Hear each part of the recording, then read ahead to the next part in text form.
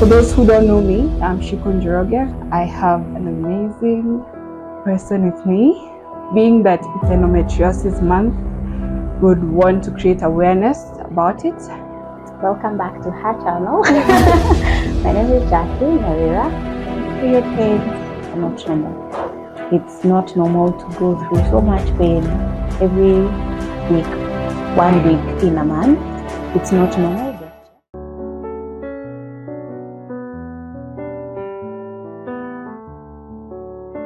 Welcome back to my channel. For those who don't know me, I'm Jacque. For the returnees, thank you for coming back on here. So today I have an amazing person with me. Being that it's Endometriosis month, would want to create awareness about it. And yeah, I have an amazing lady called Jacque. Jacque, could you introduce yourself? Hi guys, welcome back to her channel. My name is Jacque Nyawira. Born again, I love God, and I'm happy to be here. Thank you for having me. You're welcome. Thanks for accepting to come as well. Not anyone and everyone would accept to be on board. So, as I said, we want to discuss about endometriosis. She's an endo warrior. She's very brave, and she'll be here to share her story. So I'll poke her, then she will talk. So my first question would be, what made you think you need to see a doctor? How bad was the pain, or what caused or triggered you to go see a doctor? Okay, so I think my journey goes way back from my first period. So my first period, I would call myself a late bloomer of some sorts, because my first period came when I was in high school, and I remember it being so painful, and I remember being told that periods are meant to be painful. So it was okay for me at that point. And I remember we used to go to the school nurse, and I would just get Brufen, those pink pills. And Brufen worked fine at that point until Brufen wasn't working anymore, and I needed to move on to something a bit stronger. So I moved from Brufen to Buscopan, and this whole time the pain is getting worse, but you've been told this is normal, so you don't need to see a doctor because periods are meant to be painful. So that went on. I moved from Buscopan to Ponstan until I joined university. And I think that's when I realized, okay, something is wrong. And I realized something was wrong when I passed out the first time. So I was along the bypass in Ruiru, and I passed out outside somebody's shop. The pain was so bad. I remember trying to sit down, and next I remember this very kind lady sat me outside her shop trying to figure out what's going on. And that's when I realized, okay, this is not normal. I need to go see a doctor. So that was the first time I ever went to see a doctor over period pain, because I passed out outside somebody's shop on a random day, and it was because of my period pain. Okay. Yeah. Wow. I'm so sorry the fact that you passed out. Yeah. You can imagine passing out and you don't know where you are. You're just out and no one knows you. Yeah. Wow, that's a lot. Yeah. Wow. Okay. So my other question would be, when you went to the doctors, what did they misdiagnose you? What did the doctor say? Was it a direct diagnosis from the onset? Yeah. It wasn't as direct. However, I felt like my doctor sort of had a clue of what was going on, because I remember him mentioning that I had two conditions. He mentioned that it could be endometriosis and another condition called adenomyosis, but he wasn't sure. So we did a scan, and for sure he confirmed I had adenomyosis. One side of my uterus was thicker than the other side, and with endometriosis he wasn't sure. So what he tried to do at that point was just manage the pain. And how did we manage the pain? At first he put me on family planning pills for quite some time, and those didn't work. And then we moved from from family planning pills to being put on temporary menopause. I was put on menopause for a year, so I had an injection for 6 months, and then after 6 months I had another injection, so I was on menopause for 1 year. And basically what he was trying to do at that point was try to balance out the hormones and see if, you know, that would work. And I think at that point he was so sure it was endometriosis. However, I'd still not had a laparoscopy at that point, so we were treating, or rather we were trying to manage, you know, something that's not really known. And I remember him mentioning that there is no treatment for endometriosis. I just need to get pregnant. I am in campus. How am I getting a child in campus, you know? So it didn't make sense, and I didn't even think about it very critically at that point. I was just like, you know what? Let's just keep managing the pain. I mean, I've had this pain since my first period. I don't think I'll die now, but the pain is getting worse, so we might as well just give it some time and see what happens.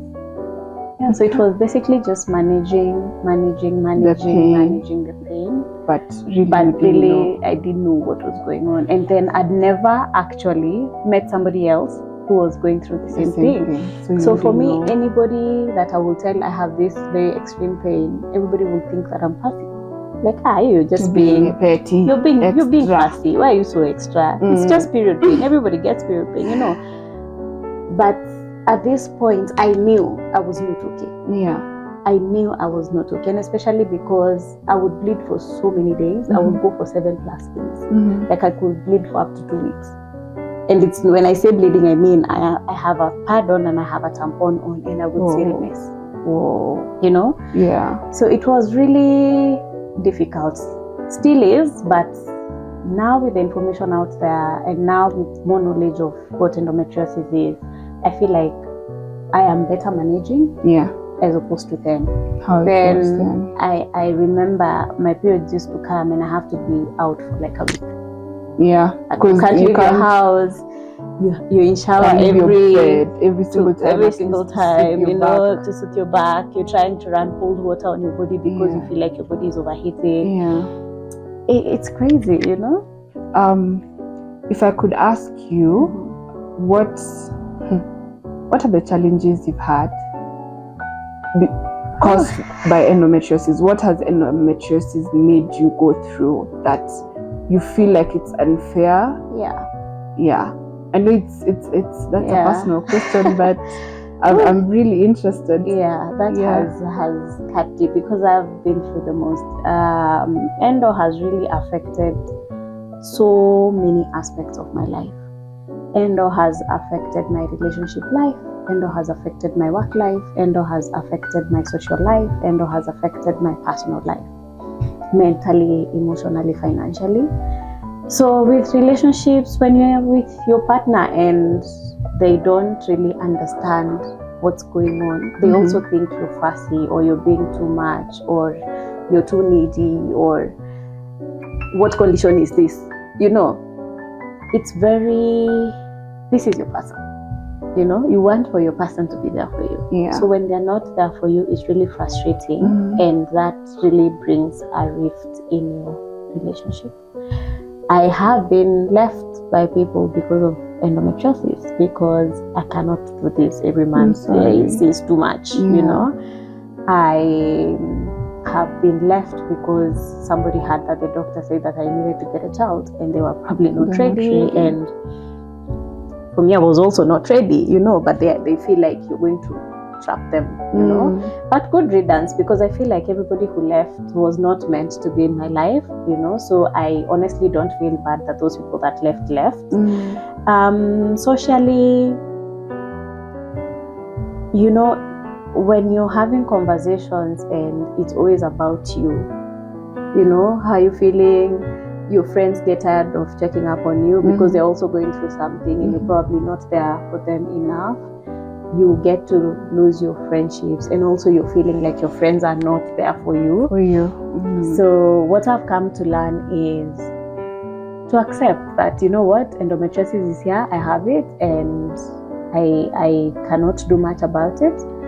Most I can do about it is just create awareness and tell people, yes, periods are not meant to be painful. Get checked when you feel you know, some type of way. When you feel pain, just go see a gyna. Could be maybe just not endometriosis, it's something else, but just get checked.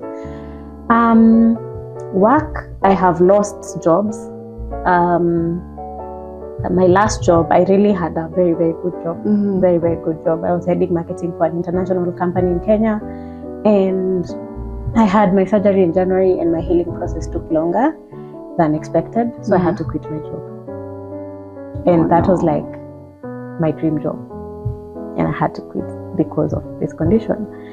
So, and not many employers also understand that you're going through this. So when you have to take a whole week off work every month, it does not sit well with some employers, you know. And I thank God for the employers that worked with me and understood the pain. And I remember one of my employers would just ask me, "Oh, it's that time. Okay, you just be home, take your time, be fine. Just come back when you feel okay," you know. And just that, you know, I really appreciated, thank God for those employers. But I have lost jobs because of this condition. You know, you cannot perform as well as you'd love to because you can't move much. You can't, you know. It gets to a point you can't even talk because of the pain. You know, you can't leave your house. You're not responsive on email. You can't be reached. You know, and so yeah, it has really been tough. And I mean, it has really emotionally, it's so draining.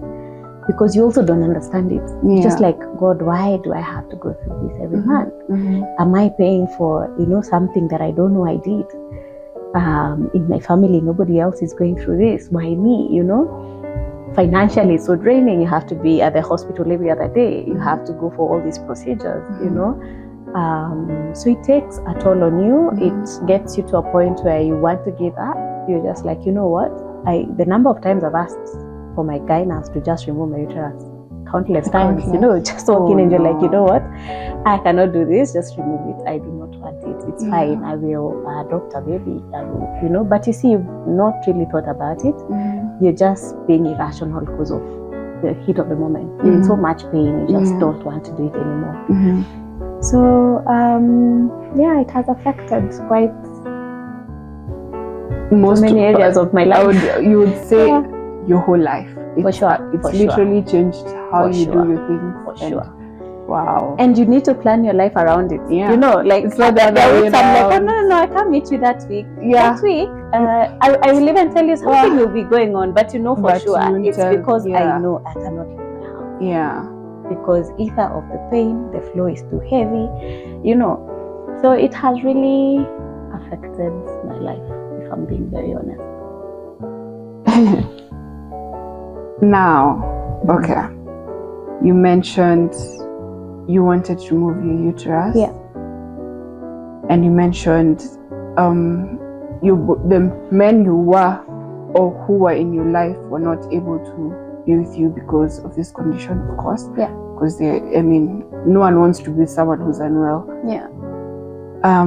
What did that? How was that for you in terms of your sex life?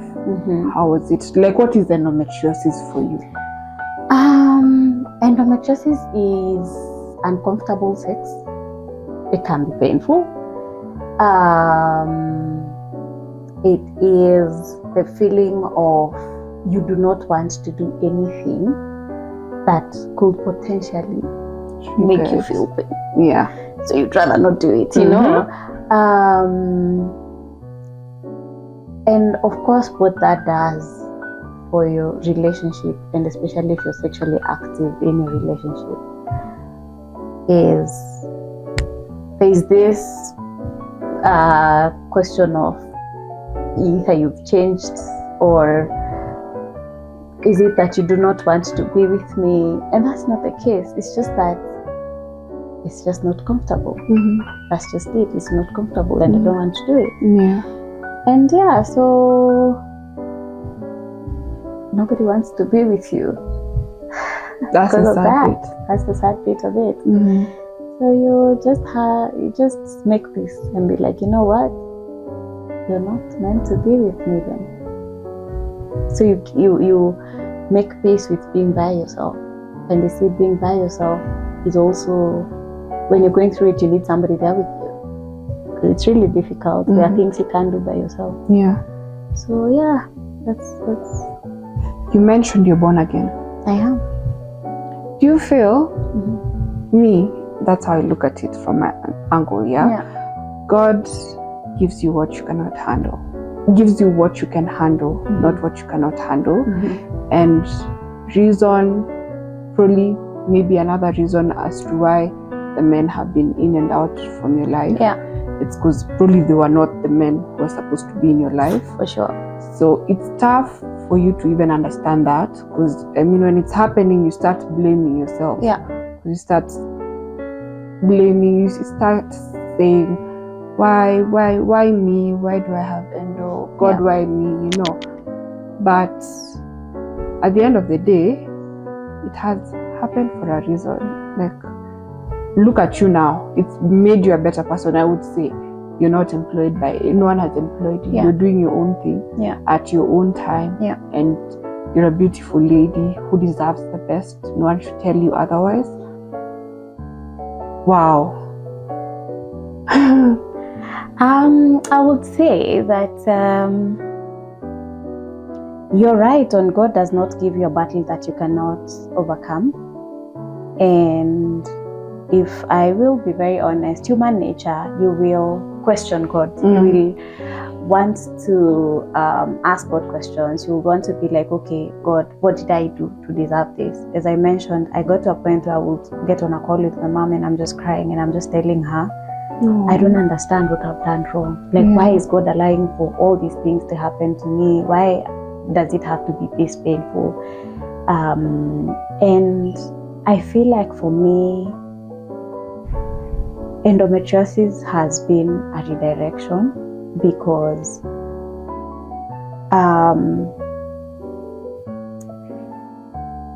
God knows exactly why you go why you're going through what you're going through. And he has a reason and a purpose. You know, he says that he knew you even before you formed in your mother's womb. He knew this day would come that we'll be seated here talking about endometriosis. And for me, I feel like one, reaching out to people and telling them about endometriosis and about when you feel like this is what you're supposed to do. You're not supposed to feel pain when you're having your periods. Periods are meant, it's normal to have your periods. It's biology, I mean, but they're not meant to be painful. I feel like there's somebody I'm touching out there who is probably going through the same thing and they have no clue where to start. They don't understand. They've been told it's okay, period pains are okay. It's okay to feel pain when you're on your periods, but you see, it's not okay, you know. So for me, I still believe that God has a reason and a purpose, and He will not stop until I fulfill His purpose for me. Of course, on earth. Probably it will be talking about endo. Probably it will be touching somebody out there and telling them, you know what, it is okay. A miracle happens, and I think, let me just mention it. Let me just say what happened. Tell us about it. So I've never known peaceful periods my whole life. Ever since my first period, it has always been pain after pain after pain. And a couple of weeks ago, I went somewhere to pray. And I remember when I was going to that place to pray, the only things that I wanted to really talk to God about, number one, was my health. And endo was the main thing, because that's the only thing in my life that has really bothered me from way back. And I remember when I was there praying, I was just telling God, you know what? I don't know if I'm going through this because I've not surrendered. Yes, I am born again, but I will question God. I will still, I'm still human. At the end of the day, I'm human, So I remember telling God, you know what? I am not going to go through this anymore, because doctors are telling me to get a child. I'm not in a space where I am ready to get a child. God loves the institution of marriage, and love is His greatest gift. And I was just telling God that the doctors are asking me to get a child. I do not have a partner, And I really would love for me to have a partner and to enjoy that institution of marriage, which is ordained by you. So why, I am your child, why would you allow for me to get a child out of a condition and not because it's your right time and with the right person and in the right setup, which is a marriage and family setup? And I just told God, you know what, you're going to hold this pain until I get to that point where I meet my person and get to enjoy family, enjoy marriage, and get a baby out of love in the right way. Yes.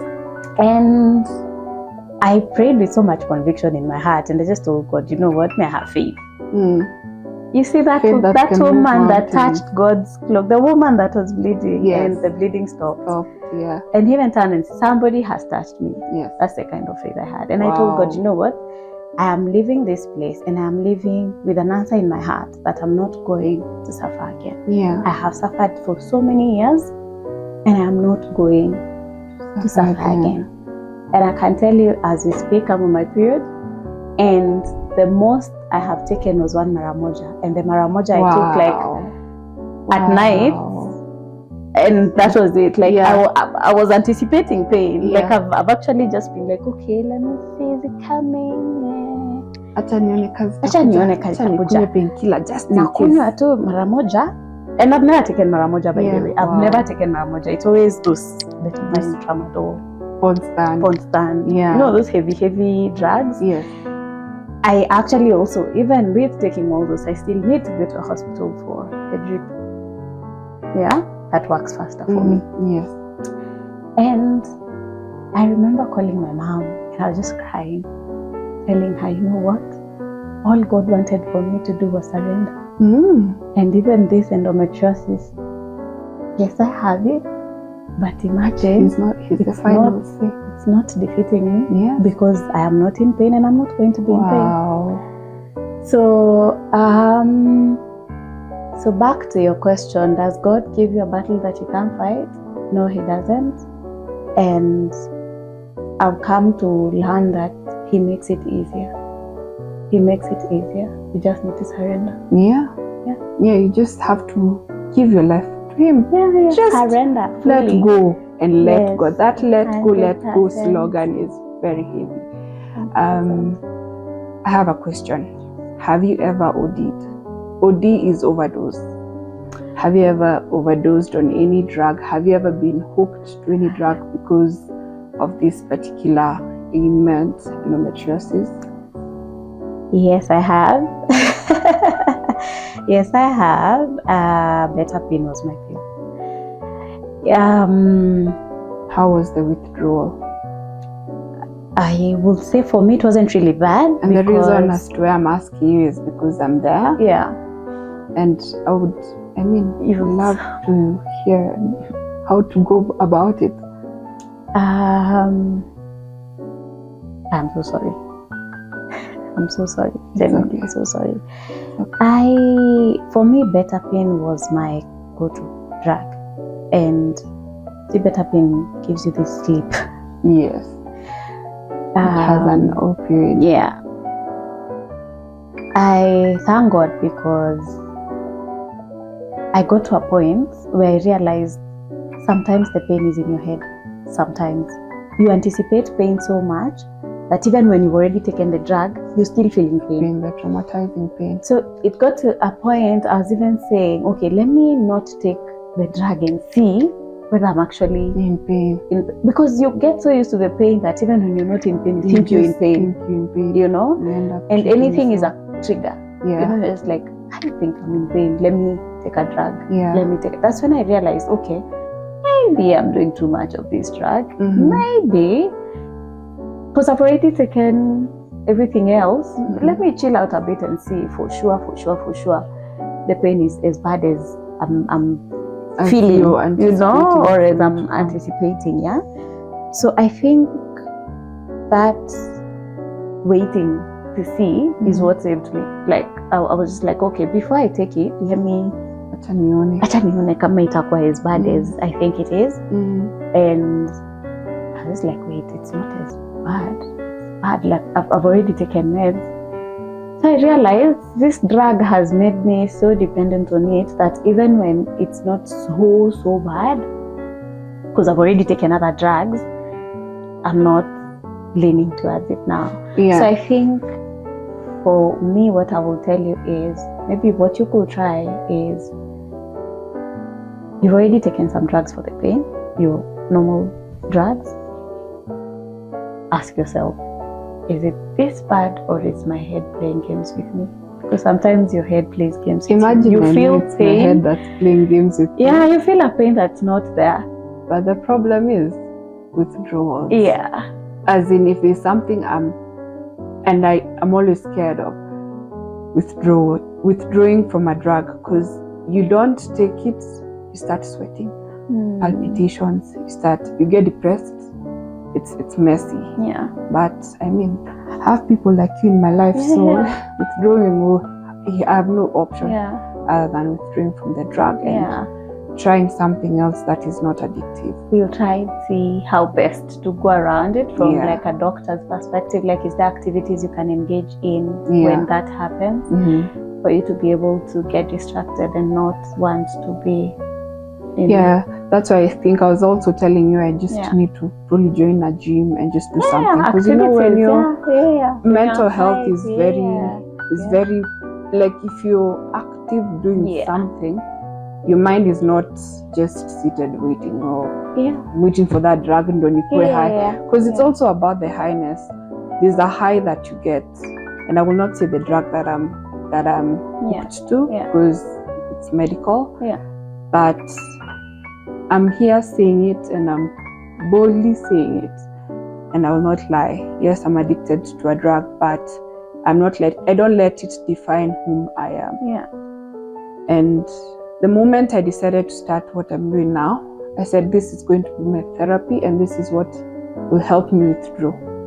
So thank you for even coming as well, because this is therapy for me. And you will do it. You will do it. You'll do it. What I know is what you set your mind to and you speak with your tongue. There's the power of the tongue, and also pray about it. Also ask God to come through for you in that way, for Him to step in where you're not able to do it by yourself. And we're here. I'm here. I'm a phone call away. You can always just call me and be like, okay, I feel like taking this drug. I'm actually here with it. You know, tell me something. You will come, we'll play badminton, we will go for a walk. By the time you're going back, you'll have forgotten that, you needed what I needed to take. One last question.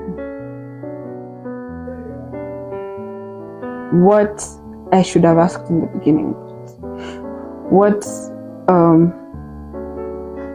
How bad do you think it's affected your fertility? Do you think it has really? Well, going by the power of the tongue, I would say no.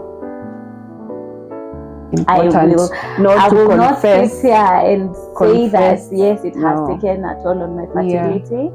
However, I would say that I was in a relationship. I was in a long-term relationship, or so I thought. And at that point, I was trying for a child, and it refused,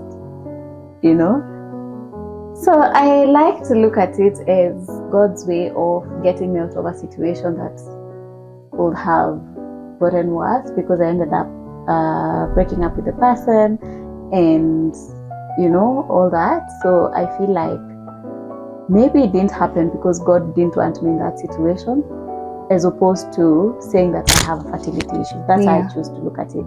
For me, I feel like God was just redirecting me to my person and the person that He's set aside for me. As opposed to it's a fertility issue. I know I will hold my baby. I know I will have my family. We have to come for a baby shower.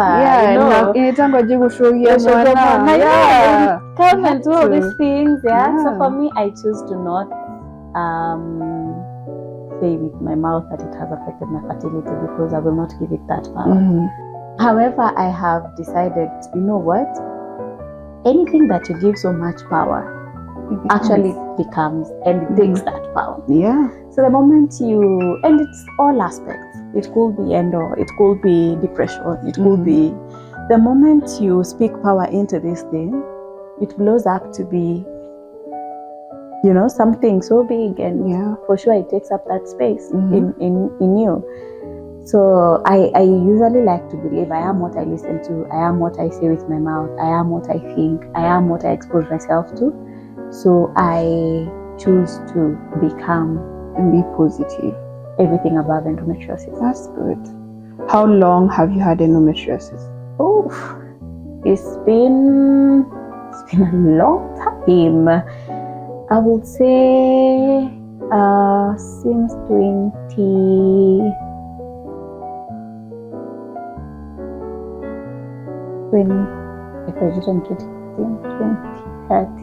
2013. I'm doing 10 years now. 10 years now. Oh. 10 years now, yeah. Well, and that's 10 years of diagnosis, not even, because before you had it, but you didn't know. Yeah. Oh. Yeah. Hugs. Hugs. Yeah. What would you want to tell the ladies out there? Probably they have painful period pain. They just don't know what they're going through. Yeah. Maybe you'd advise them what to do or where to go. I mean, what hospital to visit, or you know, maybe a point of reference where you got help. You know. Yeah. I think what I'd like to tell every girl out there: period pains are not normal. It's not normal to go through so much pain every week, 1 week in a month. It's not normal. Get checked, number one. Number two, we have so many doctors out here. So you'll meet somebody, you tell them that you're in pain, and the first thing they tell you is you have endometriosis. Probably it's not even endometriosis. You probably have fibroids. You probably have, you know, a cyst or something. So get checked. Go for your ultrasounds, get your scans done, get your pap smears done, all these things. And then the other thing, for anybody who's going through endo, you're not alone. There's that feeling of you don't want to talk about it because everybody thinks you're being fussy, periods are meant to be painful, and all these things. You're not alone. There is a community I am in, the Endo Foundation by Elsie Wandera. I really love her. She's a woman of steel, that one. She's gone through the most, and she's still here standing and talking about it. So there's a community of ladies that are going through it, and I've gotten so much help from that group in terms of references and not feeling alone. I've also met people now like you who are also going through the same thing, so you sort of feel like you belong. It's not a me problem, there's somebody else going through it, and so you're not alone. We're here. For me, I talk about endo not for people to feel sorry for me. Me at all. Anybody who tells me pole, I'm like, why are you telling me pole? You know, like, don't tell me pole. It's okay. I mean, there's nothing much we can do. But we learn how to manage. So the other thing is, do not give endo that much power. It feels like you're not gonna make it. Many times I have said, remove this uterus. You know what? I really love kids, but I cannot do this. So don't give up. Don't give up. I feel like we are stronger than endo. We are bigger than endo. And one day, I feel like we will figure out. We will figure it out. I know not much research has been done around it. And doctors tell you the same thing, go get a child. But you see, it's not guaranteed that even after getting a child, you're going to get better, you know. And you're getting a child out of a condition. So you'll be looking at this child and probably the pain is still there, and you're hitting this child, or you're so bitter with this child, and this baby is innocent, you know. So don't be so quick to make irrational decisions because of that period that you're feeling so much pain, because I've been there. And I really pray, and I want to ask God to come through for us, because it's not easy. It's a very, very painful journey. It's a very draining journey. You feel, and you're drained in all ways. Sorry. You feel drained emotionally, financially, mentally, it's so draining. So, excuse me. Sorry. So, I'd like to hang in there. It will get better. Hang in there, and you're not alone. Awesome. Awesome. I've just remembered one question, the last one, I promise. Okay. Do you feel like insurance covers are very, how do I say it? They're unfair to people who have menstrual pain or problems? Because from my end, I feel like they're very unfair. They're very stingy. Yeah. Well, yeah, because they refuse to cover for things that they don't know. Yeah. I remember there's an insurance company that told me that the doctor is using a big word. You know, this word is so big. It's not a condition that, what is this condition? It's just a big word, you know, for a condition that I don't think it's that bad. Right? They're using a really big one. They didn't cover me. So yeah, I feel like they can really be unfair, and I get it, it's a business, but at the end of the day, this is a condition that's there. It's active. We are suffering from it, you know. So unfair, yes, totally. That's true. They are unfair. I've had an instance. Tell you a story. Yeah. Actually, not an instance. Juicy to January, I had a laparoscopy done. My endometriosis had grown to my bladder and my uterus and my intestines. So I had to go in for surgery, a laparoscopy though. So nikitoka, I thought the cover is okay. Yeah. My friend, they refused to cover. You are slapped with a bill. Yeah, and it's not that the cover didn't have any. It did, but they refused to cover my bill. You were admitted. They only paid for my bed. You're admitted. They know you've been. They know definitely. Yeah. They're told you're going in for surgery. They knew, but upon discharge, You needed to. they just said they're paying for my bed. So I had to, we had to pay for the whole shebang. And it's not cheap. And it's not cheap. It's not And I was cheap. in Nairobi hospital. It's not My cheap. friends. It's not cheap. Nilijikuna. Oh, I'm so sorry. I think for me, the first, because I've had 2 surgeries last year. So the first one was a laparoscopic one, and the second one was a myomectomy.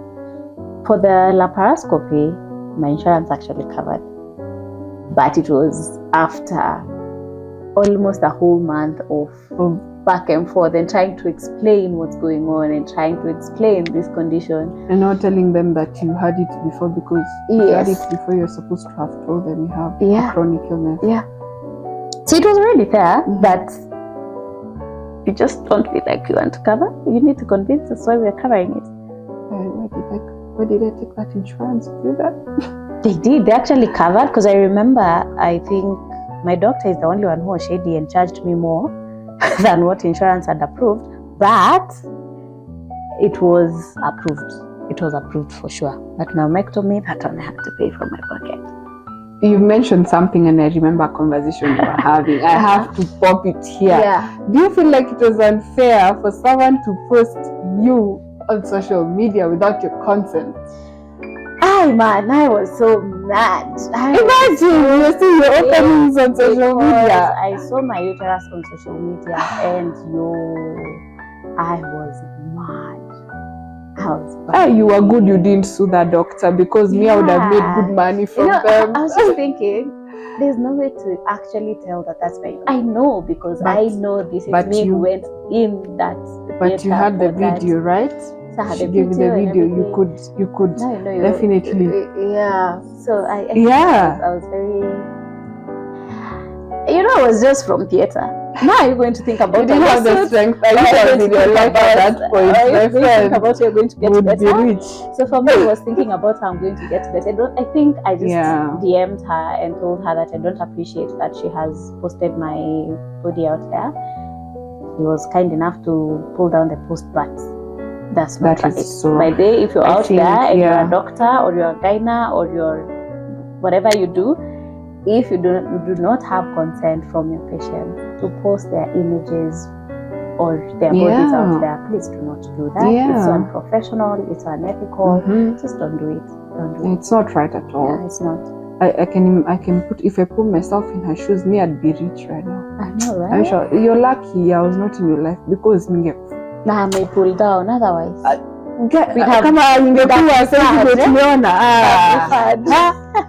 That doctor, but just as she said, doctors, please, let's be warm to land thumbed. Okay, sawa. Thank you so much for coming. Thank you for I will ensure one time we'll do like a whole board, hopefully before end of the month, like 5 people, then we can all discuss, like it's a whole conversation where we're just chit-chatting. Thank you so much for coming. You're my first guest, so it means something. Yay. Let's make her go viral. Yeah, she's putting out really good content out here. It's very, honestly, nowadays I struggle with the content online, like in terms of when you're trying to get some information, like what's out there is mostly lifestyle, it's mostly beauty. You know, nobody really talks about things that you actually get to learn from. It's usually just fun just stuff, the fun and stuff, all that. And social media should be cover like all aspects, learning. I mean, this is very, very good what you're doing, and keep at it. And I'm so happy I'm your first. That's cannot be. I can't forget, literally.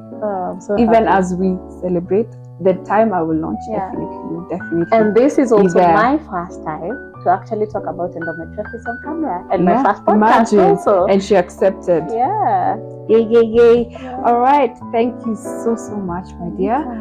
I'm wishing you the very best. For quick recovery, if so. In case of anything, you can always reach out. That's why we're friends. And we walk this journey together. And we're Endo Warriors. Very, very best Thank as well. Thank you. All right. So please don't forget to like, share, subscribe, and comment on the comment section below. And let's have this conversation, because it's endometriosis month, and we'd want to talk about this over and create awareness as much as we can, because people are suffering and they do not know. All right, thank you for coming on board. Thank you for watching, and have yourselves a good one. All right, bye.